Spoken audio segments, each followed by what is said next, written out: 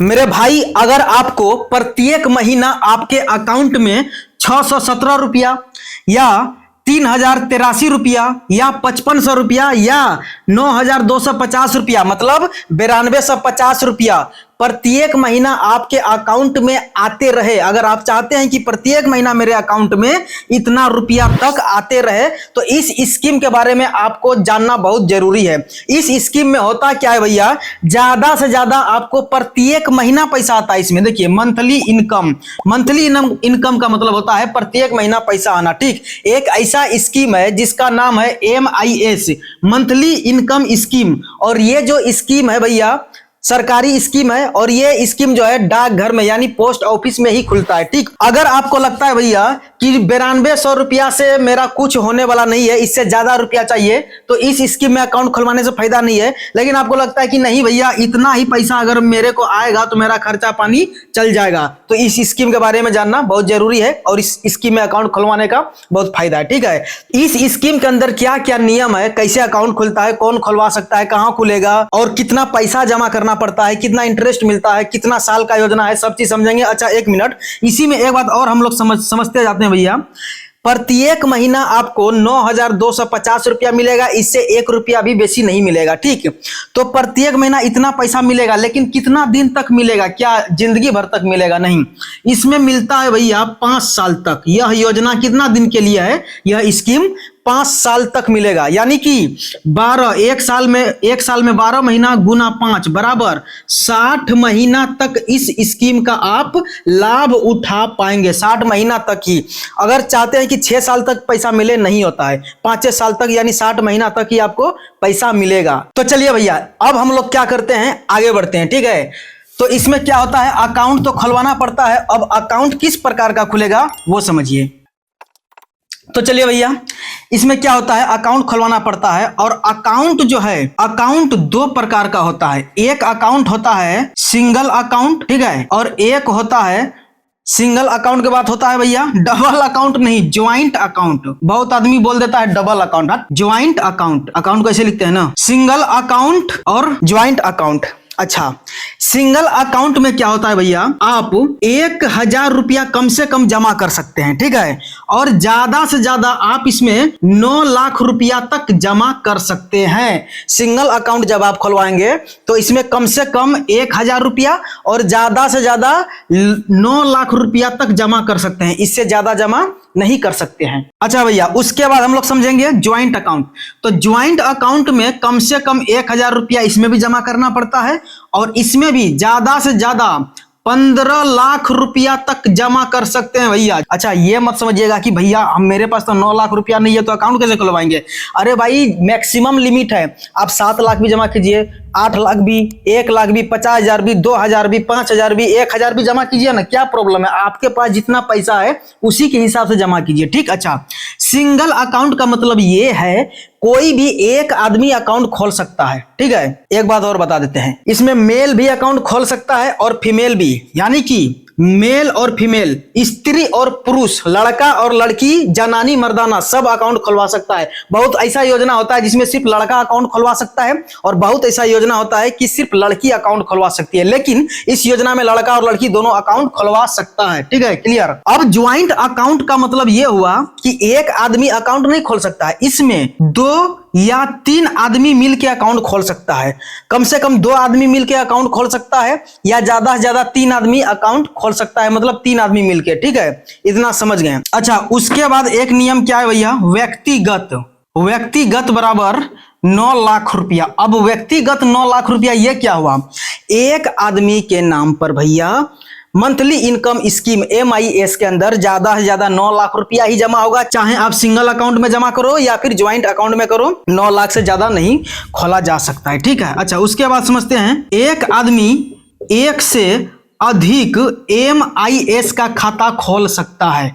एक आदमी 1 से ज्यादा भी खोल सकता है, ज्वाइंट अकाउंट भी 1 से ज्यादा खोल सकता है, और सिंगल अकाउंट भी 1 से ज्यादा खोल सकता है, इसमें कोई प्रॉब्लम नहीं है। अच्छा, इसके बाद समझते हैं भैया, आगे सब क्लियर कर देंगे, जितना भी आपके मन में डाउट चल रहा है सब समझ में आ जाएगा।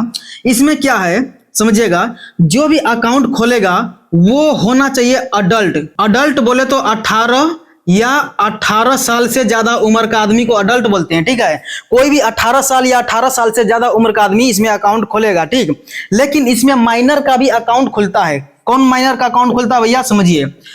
अगर किसी का उम्र 10 से कम है, अगर किसी का उम्र 10 साल से कम है, माइनर कहलाएगा।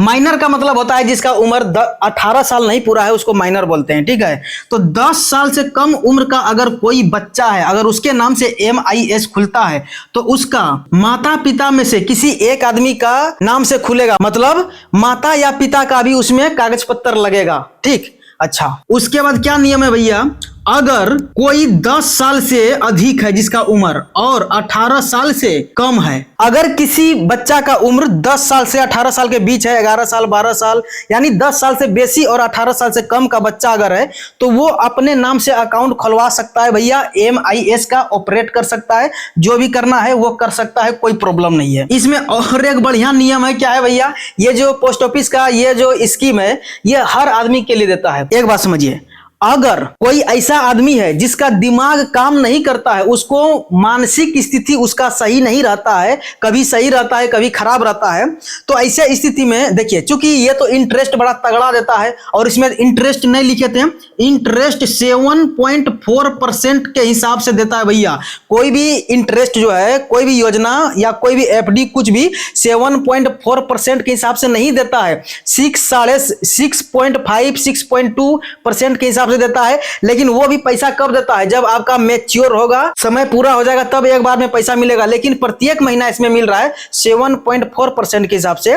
तो ये जो सरकार है हर लोगों के लिए रखी है, ठीक है। तो ऐसा कोई आदमी है जिसका जो है दिमाग काम नहीं करता है, मनोस्थिति सही नहीं है, तो वो भी अकाउंट खुलवा सकता है। लेकिन उसका जो अकाउंट खुलेगा, उस अकाउंट का नाम होगा, लेकिन वो अपने नाम से अकाउंट नहीं खोल सकता है। कैसे खुलेगा समझिए, इसका तो नाम रहेगा, लेकिन इसके साथ जो है, इसके बिहेव पर इसके तरफ से कोई इसका गार्जियन खोल सकता है, मम्मी या पापा, या फिर कोई ऑथोराइज्ड पर्सन खोल सकता है। ऑथोराइज्ड पर्सन का मतलब क्या होता है, कोई भी आदमी नहीं खोल लेगा, जिसको भी खोलना है इसके तरफ से अकाउंट, जिसका मनोस्थिति सही नहीं है, तो कोर्ट कचहरी में जाके एक एफिडेविट बनवाएंगे और लीगल ऑथोराइज्ड पर्सन बनेंगे, उसके बाद ये अकाउंट खोलेंगे और लेन देन जो भी करना है कर सकते हैं। इतना नियम समझ में आ गया, अकाउंट कितने टाइप का खुलेगा और कौन कौन खोल सकता है, ठीक है। चलिए इसके बाद का कुछ नियम समझते हैं, तब तक इसको भैया मिटाते हैं।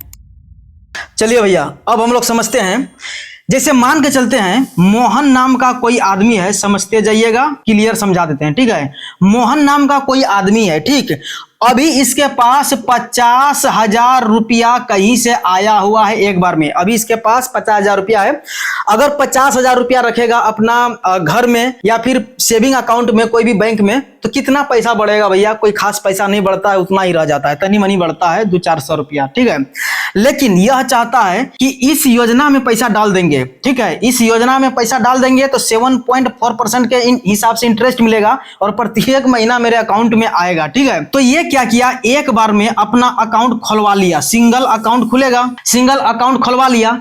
फिर प्रत्येक महीना तो पैसा आना शुरू हो जाएगा, इसको लगा ये योजना बड़ा बढ़िया है। फिर कुछ दिन के बाद, 2 महीना 4 महीना या 5 महीना के बाद, फिर इसके पास मान लीजिए 2 लाख रुपया एक बार में आ गया, 2 लाख रुपया एक बार में आ गया। तो ये क्या करेगा भैया, इसी अकाउंट में पैसा जमा नहीं कर सकता है। एक बार पैसा जमा कीजिए और पैसा लॉक हो जाता है, ठीक। जैसे 7.4% के हिसाब से अभी चल रहा है, तो जब आप अकाउंट खुलवाएंगे और 7.4% के हिसाब से भी चल रहा है, तो होगा क्या, ये लॉक हो जाता है 5 साल के लिए। यही इंटरेस्ट रेट रहेगा, कम ज्यादा नहीं हो सकता है, ठीक है। तो होगा क्या इस स्थिति में, अगर 2 लाख रुपया एक बार में आया है, तो पहले बताया था मैंने कि भैया आप जो है कोई भी आदमी एक से ज्यादा अकाउंट भी खोल सकता है, ठीक है। तो ये जो है फिर 2 लाख रुपया जमा करेगा, तो इसका जो है एक सिंगल अकाउंट फिर खुलेगा भैया। लेकिन ये अकाउंट ए हुआ और ये अकाउंट बी हुआ, ये दूसरा अकाउंट खुलेगा और 2 लाख रुपया इस अकाउंट में जमा होगा। उसके बाद जो है प्रत्येक महीना मिलना शुरू हो जाएगा, इसके हिसाब से जो भी पैसा होगा आगे पूरा क्लियर करेंगे, ठीक। अच्छा, अभी तक कितना पैसा जमा हुआ, 2 लाख इधर और 50,000 रुपया पहले हुआ था, टोटल 2.5 लाख रुपया हो गया। फिर कुछ दिन के बाद इसके पास मान के चलते हैं भैया 15 लाख रुपया आ गया है एक बार में। खेती बाड़ी बेच दिया है, इसको लालच घुस गया कि अरे बाप रे बाप 7.4% के हिसाब से इंटरेस्ट मिलता है, घर में रखने से फायदा नहीं है, मेरा जो भी खेत है उसमें धान भी नहीं होता है, धान रोपते हैं, धान मर जाता है, सब पूंजी मेरा पानी में चला जाता है, तो जमीन बेच के इसी में पैसा डाल देते हैं। 7.4% के हिसाब से प्रत्येक महीना पैसा मिलेगा। तो ये क्या किया, 15 लाख रुपया का अगर जमीन बेच दिया है तो फिर ये पैसा जमा कर सकता है। लेकिन अब समझिएगा, अब जो पैसा जमा करने जाएगा तो तीसरा सिंगल अकाउंट खुलेगा भैया, और ये अकाउंट को क्या बोलेंगे, सी अकाउंट बोलेंगे। तो क्या 15 लाख रुपया जमा हो जाएगा? 15 लाख रुपया नहीं होगा। व्यक्तिगत यानी कि एक आदमी बराबर 9 लाख रुपया MIS के अंदर जमा कर सकता है। तो होगा क्या ऐसी स्थिति में, 2,50,000 रुपया भैया, 2,50,000 रुपया जमा कर चुका है, और कितना पैसा जमा कर सकता है ये समझिए। तो बताओ अंश, 9 लाख रुपया में 2.5 लाख रुपया घटा देंगे तो कितना बचेगा भैया?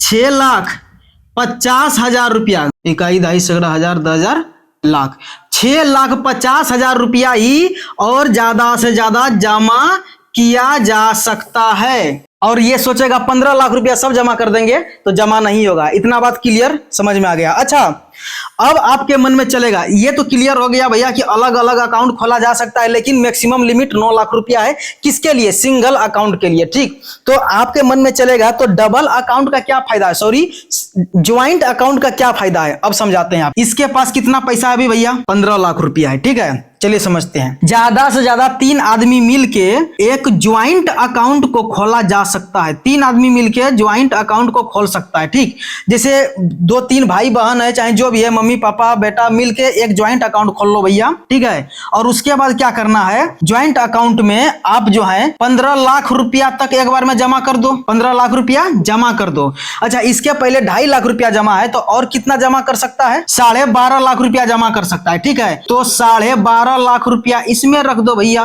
क्या प्रॉब्लम है? 2.5 लाख रुपया पहले जमा है और 12.5 लाख रुपया इसमें रख दो। ठीक, तो ज्वाइंट अकाउंट खुलवा दो, कोई दिक्कत नहीं है। 7.4% के हिसाब से इंटरेस्ट लेते रहो, तो यही मतलब है। अच्छा, ज्वाइंट अकाउंट का मतलब ये हुआ, एक बात और समझिए भैया, जैसे ABC नाम का 3 आदमी है, ज्वाइंट अकाउंट 1 नंबर खोला गया है, तो इसमें अगर 5 लाख रुपया जमा कर दिया, उसके बाद दूसरा ज्वाइंट अकाउंट खुलवाया तो 7 लाख जमा कर दिया। ठीक है, अब जो तीसरा ज्वाइंट अकाउंट खोलेगा भैया, इसमें कितना पैसा जमा कर सकता है? 7 और 5 12 लाख रुपया, ज्यादा से ज्यादा और 3 लाख रुपया ही जमा किया जा सकता है। इतना बात आपको समझ में आ गया? यानी ज्वाइंट अकाउंट का मैक्सिमम लिमिट 15 लाख और सिंगल अकाउंट का 9 लाख रुपया है। इतना आपको क्लियर हो गया? अच्छा भैया, ये तो समझ में आ गया ज्वाइंट अकाउंट और सिंगल अकाउंट का लफड़ा। लेकिन ज्वाइंट अकाउंट में भी तगड़ा एक नियम है। ज्वाइंट अकाउंट 2 प्रकार का होता है। अब कहिएगा आए, ज्वाइंट अकाउंट 2 प्रकार का क्या मतलब है? थोड़ा मिटा लेते हैं, ठीक है, उसके बाद आपको समझाएंगे बड़ा तगड़ा तरीका से। ज्वाइंट अकाउंट ए, ठीक है, ज्वाइंट अकाउंट ए में क्या होता है, मान के चलते हैं ABC नाम का आदमी है, ठीक है, और ज्वाइंट अकाउंट बी खोलते हैं। ठीक, और इसमें भी ABC नाम का आदमी है। तो रूल क्या है, ज्वाइंट अकाउंट अगर आपको खोलना है तो पहले सारा रूल रेगुलेशन को समझ लेना है कि ज्वाइंट अकाउंट कितने प्रकार का होता है, क्या नियम है। एक ए नंबर में क्या नियम है भैया, अगर ये 3 आदमी मिलकर अकाउंट खुलवाया है तो इसमें तीनों का अनुमति लगता है। अगर पैसा निकासी करना है या अकाउंट को बंद करना है या और कुछ भी एक्टिविटी करना है तो तीनों आदमी का उपस्थिति होना जरूरी है, मतलब प्रेजेंटेशन जरूरी है। ठीक है, सिग्नेचर तीनों का लगेगा और तीनों को पहुंचना है पोस्ट ऑफिस में, तब ये जो है अकाउंट को ऑपरेट कर सकता है, कुछ भी कर सकता है। अगर इसमें से किसी भी आदमी का मृत्यु हो जाता है, भगवान करे किसी का ना हो भैया, अगर फिर भी अनफॉर्चुनेटली दुर्भाग्यवश किसी का मृत्यु हो जाता है तो ऐसे स्थिति में क्या डाकघर वाला ये बोलेगा कि जिसका मृत्यु हो गया है उसको बुला के लाओ, तब ज्वाइंट ये जो अकाउंट है इसका ऑपरेशन होगा, ऑपरेट किया जा सकता है, पैसा निकाल सकता है? नहीं। मृत्यु अगर हो गया है, मृत्यु प्रमाण पत्र दे दीजिए कि मेरा पार्टनर का मृत्यु हो गया है, ऐसे स्थिति में उसका अनुपस्थिति हो गया तो 2 आदमी अगर बचा है, ए और बी बचा हुआ है, तो ये दोनों ऑपरेट कर सकता है, पैसा निकाल सकता है, कुछ भी कर सकता है। अच्छा भैया, ये तो समझ में आ गया। दूसरा में क्या है, दूसरा टाइप का ज्वाइंट अकाउंट जो होता है, इसमें क्या है, किसी भी एक आदमी के थ्रू भी पैसा का निकासी किया जा सकता है, पैसा तो एक ही बार जमा होता है, किसी भी एक आदमी के थ्रू निकासी हो सकता है या अकाउंट बंद किया जा सकता है या और कुछ भी कर सकता है। इसमें तीनों आदमी का उपस्थिति जरूरी नहीं है, कोई सिंगल आदमी भी जाके अकाउंट को ऑपरेट कर सकता है। इसमें भी अगर किसी का मृत्यु हो गया है तो कोई भी एक आदमी भी जाके ऑपरेट कर सकता है, पैसा निकाल सकता है, बंद करवा सकता है, कुछ भी करवा सकता है। तो यही ज्वाइंट, और मैं बता देता हूं भैया, ये सब जो भी है ना, मैं बता रहा हूं बहुत अंदर का बात है। और ये सब जो है ना, अगर आप पोस्ट ऑफिस जाएंगे तो आपको समझाएगा ही नहीं इतना डिटेल में, बोलेगा कितना का पैसा जमा करना है, लाओ पैसा हम जमा कर देते हैं, महीना महीना पैसा मिलेगा, कहानी खत्म, बस इतना ही समझाएगा। अगर ज्यादा भुकवाइएगा ना, माथा खराब कर देगा, बोलेगा कल आना। इसके बाद क्या नियम है, इतना तो समझ में आया, और जितना भी बात बता रहे हैं बहुत इंपॉर्टेंट बात है, ठीक। अब इसके बाद समझिए इसमें क्या होता है। यह जो AMIS स्कीम है भैया, मतलब मंथली इनकम स्कीम, ये जो स्कीम है इसमें क्या होता है, 5 साल का तो ये योजना है, ठीक है, 5 साल का योजना है। जैसे आप 2030 में अकाउंट को खुलवाए हैं समझने के तौर पे, तो इसमें क्या है कि आपका 2035 में आपका मैच्योर होगा और पैसा का निकासी होगा। तो इसमें क्या होगा समझिए, 2030 के बाद 2031 आएगा, 2030 में हुआ तो 31, 1 साल, 2 साल, 3 साल, 4 साल, 5 साल हो गया, ठीक है। अच्छा, आप जो है 1 साल के पहले अकाउंट को बंद नहीं कर सकते हैं। कभी कभी होता है कि जैसे आप कुछ पैसा जमा कर दिए हैं, जैसे 2 लाख रुपया जमा कर दिए, योजना तो 5 साल का है, लेकिन भैया आपका जो है 5 साल पूरा होने से पहले ही पैसा निकासी का जरूरत पड़ गया, कुछ भी हो गया, तो आप पैसा कैसे निकाल सकते हैं। तो यही नियम है, 1 साल के पहले निकासी नहीं कर सकते हैं, कर ही नहीं सकते हैं, चाहे कुछ भी हो जाए रूल के अनुसार, ठीक। अच्छा, उसके बाद समझिए यहां 1 साल पूरा होने के बाद और 3 साल से पहले, 1 साल कंप्लीट कर दिए हैं, 3 साल के अंदर 3 साल कंप्लीट नहीं हुआ है, यानी 1 साल पूरा होने के बाद और 3 साल कंप्लीट होने से पहले अगर आपको पैसा निकासी करना है भैया, तो ऐसे स्थिति में जो भी आपको प्रत्येक महीना इंटरेस्ट मिला है वो तो बात खत्म है, पोस्ट ऑफिस यानी सरकार आपको दे दिया है, अब लेगा नहीं, ठीक है, वो तो पैसा चला गया। लेकिन जो भी आपने जमा किया है, अगर आपने 1 लाख रुपया जमा किया है भैया, तो 2% आपका जमा किया गया पैसा पर काट लेगा, 2% काटने के बाद आपको लौटाएगा। तो 1 लाख जमा किए हैं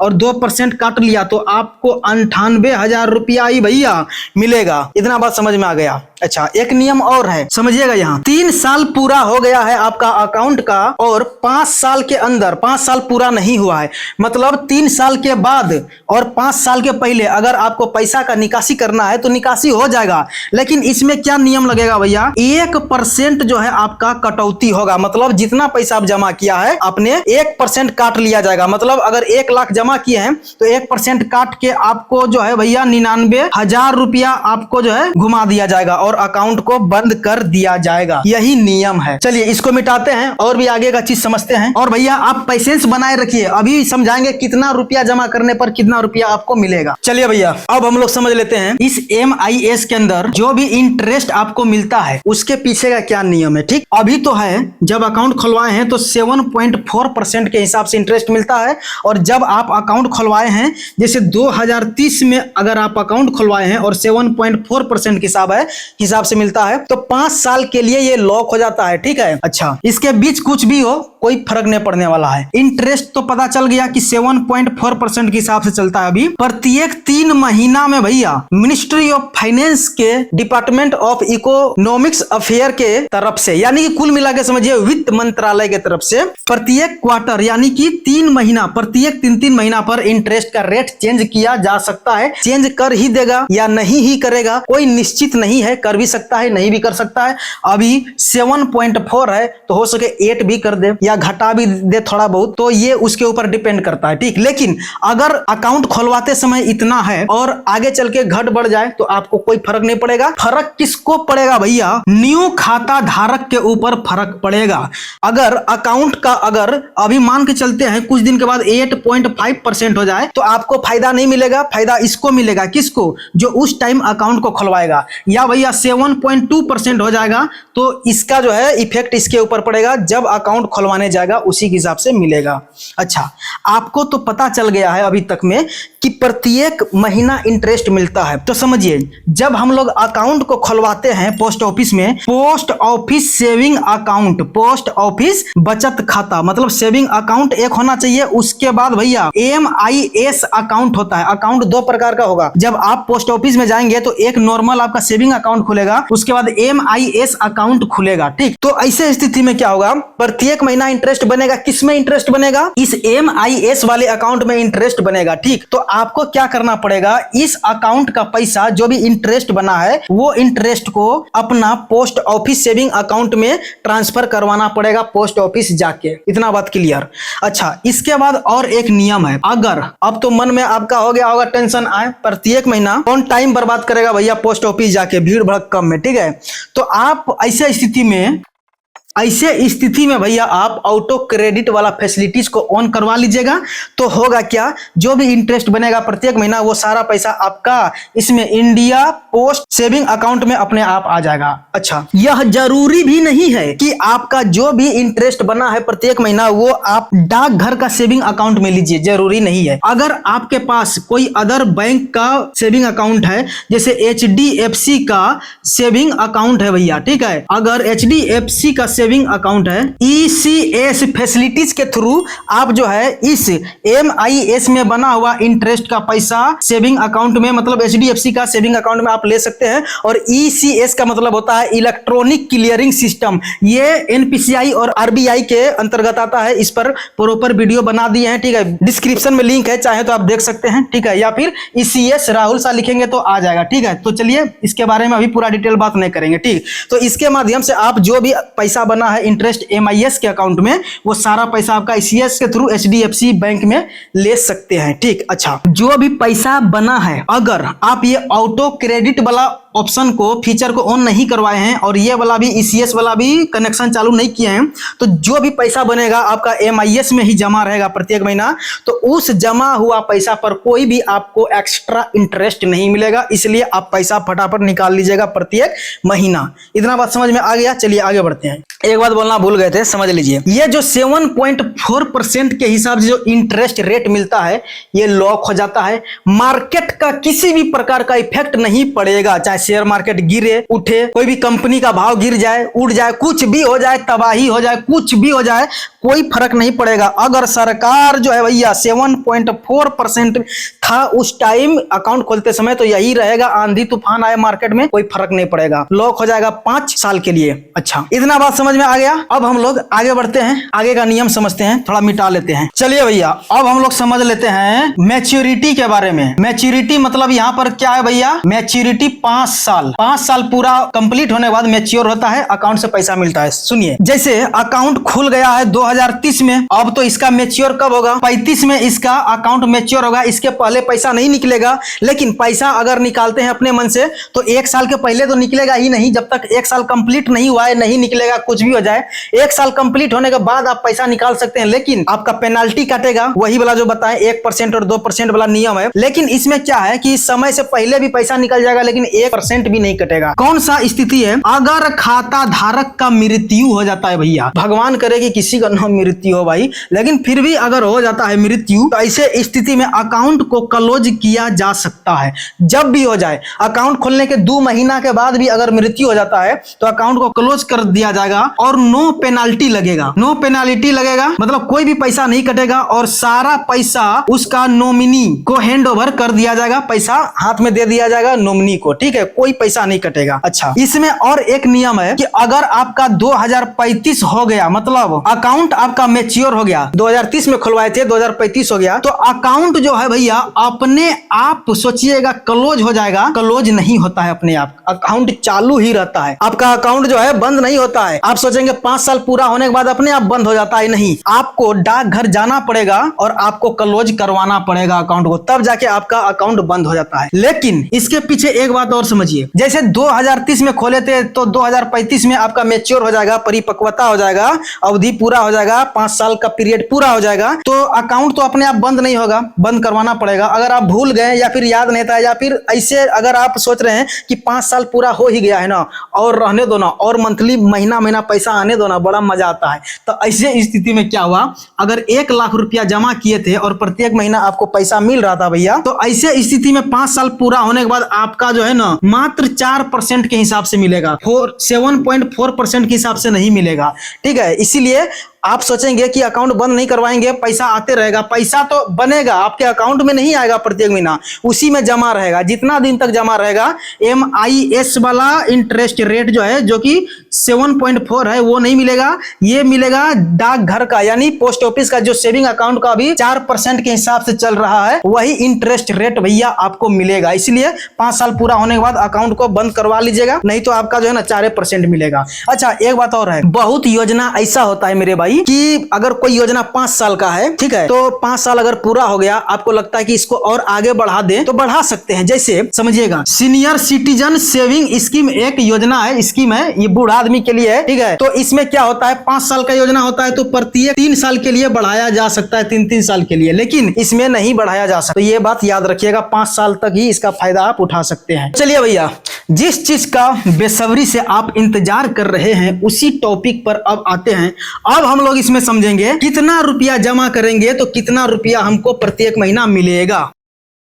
समझते जाइएगा भैया, ठीक है, बहुत मजा आएगा। अगर आप 1 लाख रुपया जमा करते हैं MIS के अंदर, तो आपको प्रत्येक महीना 617 रुपया मिलेगा। अब सोचिएगा है, ये 617 रुपया में क्या हो जाएगा? अरे भैया, 7.4% के हिसाब से मिल रहा है आपको, तो 617 रुपया मिल रहा है आपको बहुत गारंटी के साथ। तो क्या प्रॉब्लम है? अगर आप 5 लाख रुपया जमा करते हैं भैया, 5 लाख रुपया, तो आपको मिलता है 3083 रुपया प्रत्येक महीना। अगर भैया वही आप जमा करते हैं MIS के अंदर, सरकारी योजना के अंदर, सरकारी स्कीम के अंदर 9 लाख रुपया एक बार में अगर आप जमा कर देते हैं, तो भैया आपको इसमें मिलेगा 5500 रुपया प्रत्येक महीना। अगर वही आप ज्वाइंट अकाउंट खुलवा के 15 लाख रुपया तक जमा करते हैं, तो आपको मिलेगा 9250 रुपया प्रत्येक महीना। तो यही था ऑल ओवर नियम भैया। अगर वीडियो से कुछ नॉलेज मिला, प्लीज वीडियो को लाइक कीजिए, और कैसा लगा वीडियो कमेंट बॉक्स में जरूर अपना मन का बात डालिएगा। बहुत मेहनत किए भैया, पसीना चूर रहा है। और ऐसे ही इन्फॉर्मेटिव नॉलेजेबल कंटेंट देखने के लिए इस राहुल सा यूट्यूब चैनल को जरूर सब्सक्राइब करिएगा। और मेरे भाई, अगर आप अटल पेंशन योजना के बारे में जानना चाहते हैं, अपना बुढ़ापा को सिक्योर करना चाहते हैं, तो इस वाले वीडियो पे क्लिक करके अटल पेंशन योजना के बारे में, ये भी सरकारी योजना है, नॉलेज लीजिए। बहुत बहुत धन्यवाद आपका।